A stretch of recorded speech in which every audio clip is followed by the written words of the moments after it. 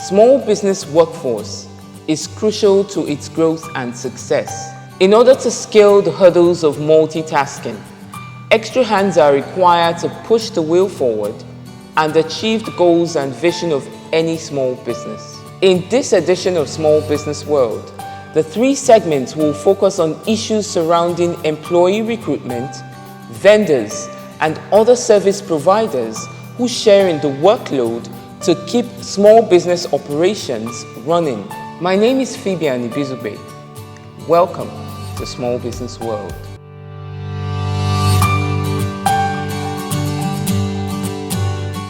Small Business World. The workforce is the main base of the business, and you will see that if your workforce don't share the same values and goals with you, you miss the point. And that will cause for training, that you need to do training to realign their thoughts and their vision to be in line with the objectives and the mission of the company. Now, once you get that right, you are free to go. But then, in logistics, most especially when it comes to the haulage part of it, you are going to meet with a different set of people. You have mechanics that takes care of the trucks and the buses, the drivers. Good enough, we have driver schools in Lagos. We have the Federal Road Safety Commission who offers training to this set of people, and we incorporate them into part of the things that we do, and organizes refreshers course for those sets of workforce. Many business owners recognize that the team of individuals who contribute their ideas, skills, and time to working out solutions for customers are instrumental in many ways to the success of that business. But in the area of business staffing, an expert advises that small business owners should first concern themselves with sustaining the existence of business operations before considering competition. For some MSMEs, because the mode of operation might not be so technical, so become easy to also recruit people with some basic technical skills or basic competencies, because the work itself doesn't require that deep technical competence that someone will have to spend a long time training. So you just find a way to balance it. There will be stopgaps, because that individual that is also your employee today, the moment he or she gets admission or finds something better, he also moves out of your system. So you have to start the process over and over again, which disrupts your business flow. So everybody is just finding innovative ways to remain sustainable, at least for now. While we start looking forward to issue of competitiveness. You have to be sustainable first before you start thinking of whether you'll be competitive. So for now, and with the environment as it is, sustainability is top on the bit of organization. So everybody is looking for innovative ways to remain sustainable. The expert mentioned a few innovative ways in which small business owners can engage work hands. 1 or 2 or 3 employers will use the same person works for them. It's close to the issue of the issue you mentioned, the model you mentioned of supply basis. So it's working for me, it's working for other organizations, mostly on technical issues, not issues that not in platforms where trade secrets can be exposed, but on platforms where it's a technical issue. It's an electrical engineer, so he can work for me. He can work for. I don't have problem with him working for other organizations. Those are issues. Then moonlighting. I have people that have their normal work, and I just engage them on the go basis. You have to fix this. Okay, help me to fix this, and we agree on payment terms.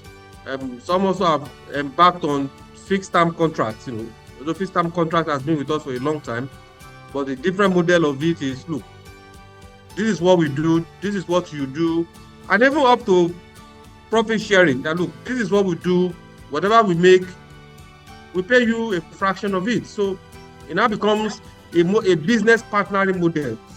Because you know that our success depends also on your success. So if you don't contribute, we don't make money, and we're not going to pay you.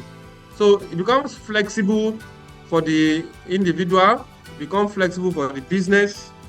Our productivity becomes high on the scale, because for all of us, it becomes either mutually assured success or mutually assured otherwise. He also explains how to separate duties, recognize core members of staff, and manage the business in a manner that staff are able to take part in the profitability of their own efforts. First, understand your business.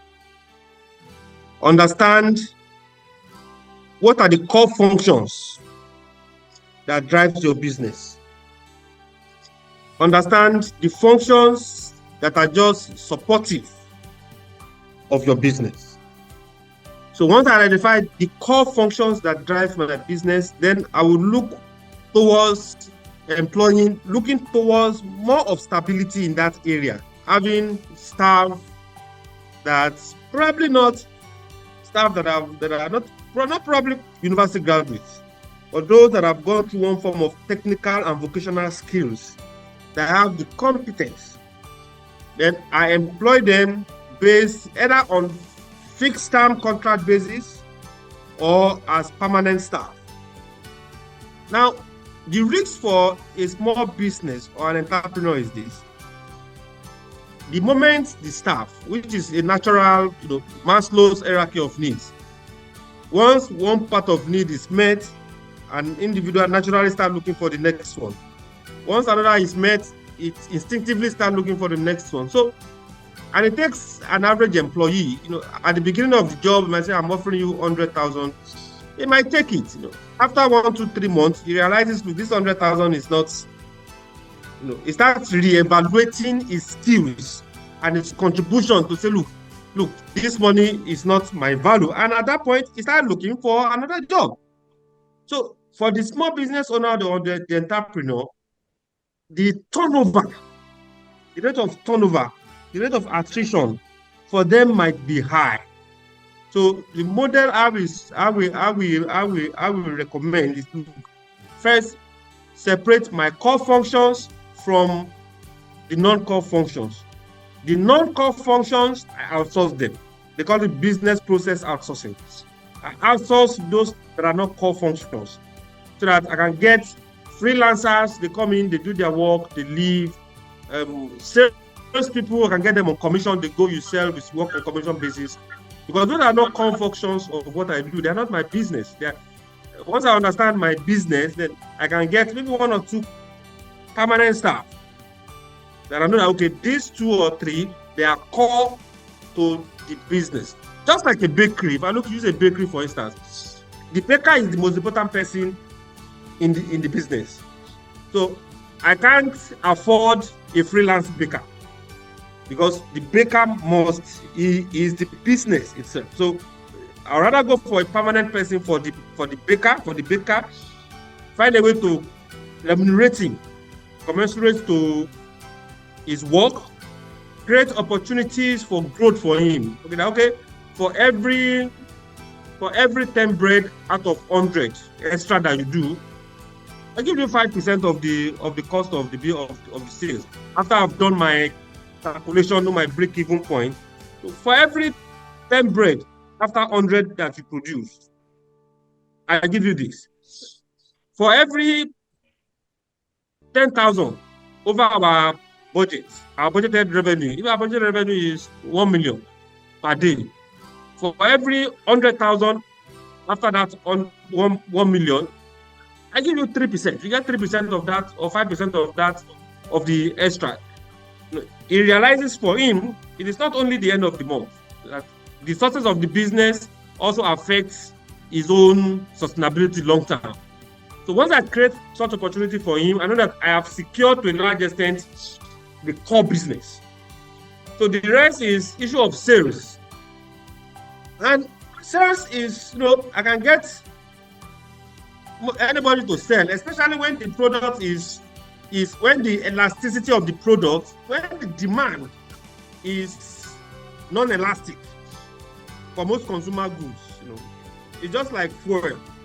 Whether you like it or not, you buy fuel. So the demand for fuel is inelastic because everybody will buy it. Thank God we are not selling. God is not selling air to all of us.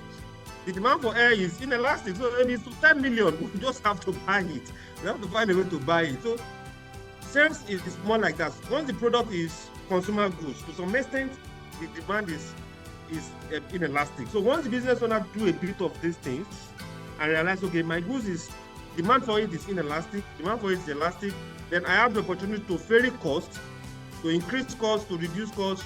I can accommodate commission for the salespeople. Okay, I cannot accommodate commission. This is the maximum I can give. So once he understands that, then he just launches his product. That's research. That's initial research is what most people don't do. So once they can tidy up the naira and the kobo from the front end and the back end, then they'll be in a position to actually determine the direction in which their business wants to go. In his account about what led to the creation of his logistics company and the experience his own employees have had interacting with agencies and organizations of government, the CEO of Benik spoke about lessons learned so far in managing his and other workers. I was working in the University of Lagos and we needed to take some item to Abuja. We entrusted it to some companies and they messed up with the job. And I now felt and I said, even a non-professional as at that time like me, that I could have done better. I now see the need for this kind of business to be done. Even though as at then or even as at now we have courier services that deals with carrying of parcels and mails. And then we look at there are people who wants to carry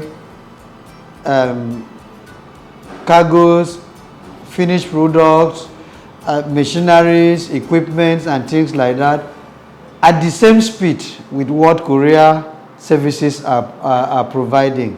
And that gave birth to the thought of doing this business. And so far so good. We've been doing that and getting it right. Benik is a logistic company that deals specifically in airlifting and haulage of cargo within the Nigerian sphere and the West African sub-region. So we also do trans-border crossing, taking goods from Nigeria to the West Africa coastal areas. In logistics, you interface with the public. There are also government agencies. There is even Agboro outside there that will not want to see a truck moving without extorting money from them. All of them constitute challenges. Government policies which we try to update to meet up with the requirement, those ones are easy because you are meeting or working with an enlightened set of people. But when you talk about the other aspects of it, which is Agboro, they can also aid the business, most especially in providing security when you go to some remote areas. I wouldn't say they are all bad. Yeah, they do also provide securities and information when you go to some remote areas and they become useful to you. The CEO of Benik notes that it is important to recognize the extra contributions of staff to business growth, making sure to upgrade their skills whenever necessary. He appeals that the government should create enabling environments to help small businesses grow. Of course, in logistics, and it's supposed to be a 24/7 job, kind of. I have had instances that staff will have to stay beyond their normal working time and put in extra effort in order to be able to meet up with the delivery.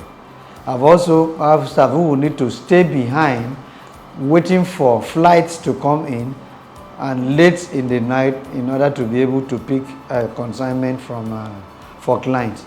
And you need to commend them for taking that extra effort to be able to wait. And of course, we have a way of appreciating them, and everybody looks forward to that. We have trucks, and our mechanics will only be able to repair trucks that are 20, 30 years old. So when new machines are brought in, it becomes a challenge. For anybody to succeed in the business, you must update and upgrade your workers. Train them, bring them up to par. Now, once there are new things in the system, take them to. Expose them to IETA and the rest of other governing councils, bodies. And once you are able to do so, then you got it right. The business will grow. The Nigerian society is a complex society. The challenges are the infrastructures that are available. I am championing a case where we are looking for partnership with the government, where stakeholders can come in together and tinker out how best can we improve this system. In the aviation, our dream is to make Nigeria the hub of the business in Africa.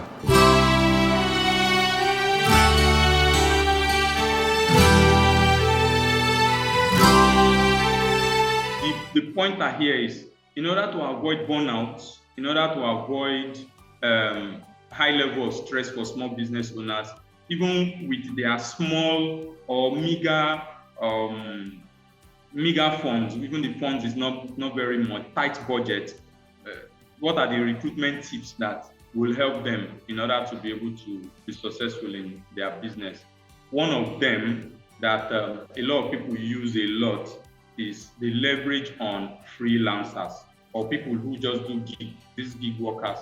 So there are several platforms, I will not want to advertise here, that you can go and you check for people who are freelancers. And there are some companies too who provide such services. So in that space, you have skilled professionals. They can provide all those services for you on a project basis, and you just pay them. Sometimes, if you are very good at assessing these sites, you might be looking at their pricing. It can be very cost effective, and it's just a one-time thing. They help you out and they leave. So one of the first things is if you can leverage on using freelancers. There are a lot of people are freelancers. They don't want to work for people, and that may help. Another thing that may help small business owners in getting people on his team is looking for people who can work on a flexible arrangement, remote workers. There are a lot of people who are looking for remote jobs too. And if you can use remote workers a lot, it would reduce the need for a large office space that will require you getting computers, getting data, and so on. The point is you collaborate virtually. You collaborate virtually with these ones, tell them what you need, and you pay them. They are just like the freelancers too, but they will be working on your team. The pay may not be much because they are freelancers. They work at their own time, and the work arrangement is very flexible. So it gives the business owners an opportunity to tap into a broader talent pool. There are a lot of professionals that are open to work remotely, yes, and they may be very good for the team. Then, we've talked about using freelancers. Yes, we've talked about making any employee you are bringing in on board can just work remotely without an office space that would be so expensive. Yes. So let's talk about the third one that I know really works. is internship. So just there are several internship programs that that small business owners can arrange. There are a lot of graduates who are looking to contribute, their ideas, their perspective to businesses. Yes, they want to work. They want that opportunity. So you can always give that opportunity to these ones. And some of them, like in Nigeria here, we have people who are looking for PPAs. They are looking for places of primary assignment to work when they are doing their NYSC. They have these skills. They can be trained. They are trainable. So these are forms of internship programs. If I am permitted to mention, I don't want to mention the amount, but basically you can pay minimum wage to these ones, and they work with these NYSC people, and they work with you for close to a year, 12 months, you see, with that particular amount. If you are to get someone to work for you in that space for a year, probably you'll be paying close to from 100,000 and above, probably 200,000 to assist. But when you get these interns to do so at minimum wage, they will assist a lot. They may require a little training, they may require a little supervision, but if you get the right ones, they are going to be very cost effective for you. They will be able to help with routine tasks in the office. They will be able to assist with projects, that you are doing, and it will reduce the stress and burnout. The point is, if you have employees on board, no matter how good these employees are, if you do not effectively manage them, it will have a negative impact on the growth of your business. So let's take first tip here, communication.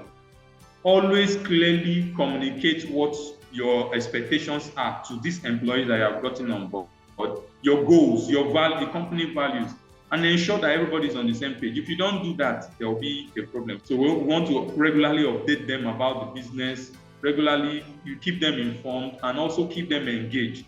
If you don't do that, they might not act the way, they might not be performing the way you expected, or they might not be performing effectively as you expect them to perform. Then secondly, the second tip apart from clear communication is one thing most business owners don't do. They do not prioritize the well-being of their employee. No work-life balance. Sometimes, because of the small, sizable team you run, you want to overwork your staff.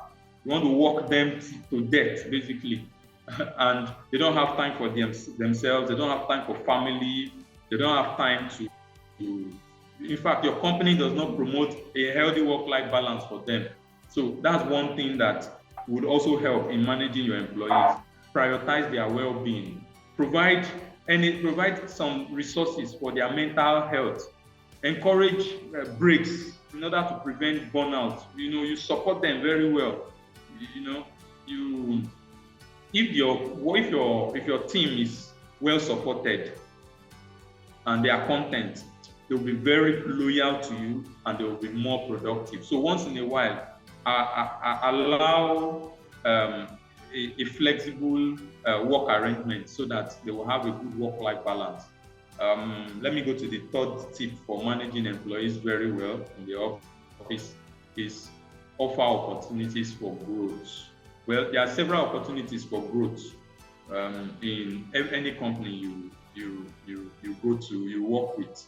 And if people are working with you and they just see themselves stuck in one position, no matter how good they are, they may start looking for opportunities for growth. So it's good to provide professional development opportunities for your employees in order to enhance their skills, also to advance their career. There are several ways. Let me just mention the ones I know. Sometimes when you are employing, don't always employ with a salary that is off the roof. If you employ someone with a salary that is off the roof, even if you can afford paying that salary for a very long period of time, at the point in time, your staff will need salary increase. Yes, sometimes interestingly, and in a funny way, most staff consider salary increase as growth. So because of this, you don't want to start at the upper band. Now, when you are trying to employ, you have a lower band, a middle band, and the upper band. Always start from either the middle or the lower or the middle band. It's not very far off from each other. You start, promise them there'll be salary increase. You know you would have been able to offer the higher band already, but you'll be looking at just the middle band, the lower band first. Promise them the next 3 months after probation, I will increase the salary. So if you start with a lower band, keep to your promise, increase to the middle band. And after probably 6 months to maybe 8 months or 9 months, you increase to the higher band. And if you are stuck at that higher band for a long period of time, they will know you have tried. But when you just go to the highest band first, they may not be seeing themselves as growing. They may just be seeing themselves as working. Another way to provide growth opportunities is to always train. Give them opportunities to train. Like someone who's handling your social media, can you bring in a trainer, an expert to train them more on how to handle their tasks? Or you may look for other ways to make sure to enhance their skills, to make sure they are advancing their career. So it does not only benefit the employee, but some of them may just gain all those trainings and all those skills, and they will move away to another company. Don't be scared of that. It's your way of giving to someone who has worked for you. But small business owners should also know that it will contribute to the overall success of their business. Their mentorship program, their training sessions, just ask them, do a training need assessment for your employee and see what they need. So once you are paying for their trainings, no matter how small it is, there's always a company that will do something little, I will collect a little amount to do the same thing other companies are doing. You can check for them and just offer growth opportunities for them. Then another way to do it, which is the last way to offer growth opportunities, is to make sure that you promote. You understand? The way if you hire fast, also promote faster. So if someone is an intern today, once the person is doing well, try to promote faster. You promote by giving higher salary and probably a name tag to it. So very important. The fourth one here is also give recognition to your employees. If they are doing well, let them know. Recognize and appreciate their effort. That's the way to manage your employees. Always do that regularly. Then when they have accomplished certain milestones, whether it's big, whether it's small, try to appreciate them for such. Always establish, then give them feedback. Yes, establish a constructive feedback system. Do performance review regularly. The performance review can be formal or can be informal. It will help employees to understand their strengths, their weaknesses. They will know areas to improve. So that's how to manage employees too. Then the last tip here, okay, I think I have more than 5 here. But another tip here is to set clear goals and expectations. Don't just expect an employee to wake up in the morning and deliver. No, tell them what you want from them. If you do that and you review, then you adjust the goals as the need may be. If you do that, celebrate their achievements too when they meet these goals. Remember, employee management is an ongoing process. You don't just how will I put it? You don't just get it once. It's an ongoing process. Then the last on the list is to create a positive work environment. Sometimes when your work environment is toxic, it doesn't foster anything positive. You will see, even if you have the best hands, they will not contribute positively to your business. So just foster a positive and inclusive work culture. Always emphasize the need for them to collaborate, for them to respect one another. You emphasize that need for teamwork. When one employee does not respect the cleaner in the office, it may cause problem later. When the cleaner also does not respect the tech guy, it may also cause problems. So you look for a way each person would show respect, no matter how small that respect is. It will provide a comfortable environment. It will provide an inspiring physical workspace. Then even if you are working with remote employees too, there are also tools and resources that you need in order to also still create a positive workplace environment. And one good thing is if you do all this, it will increase employee satisfaction, and it will also increase employee retention.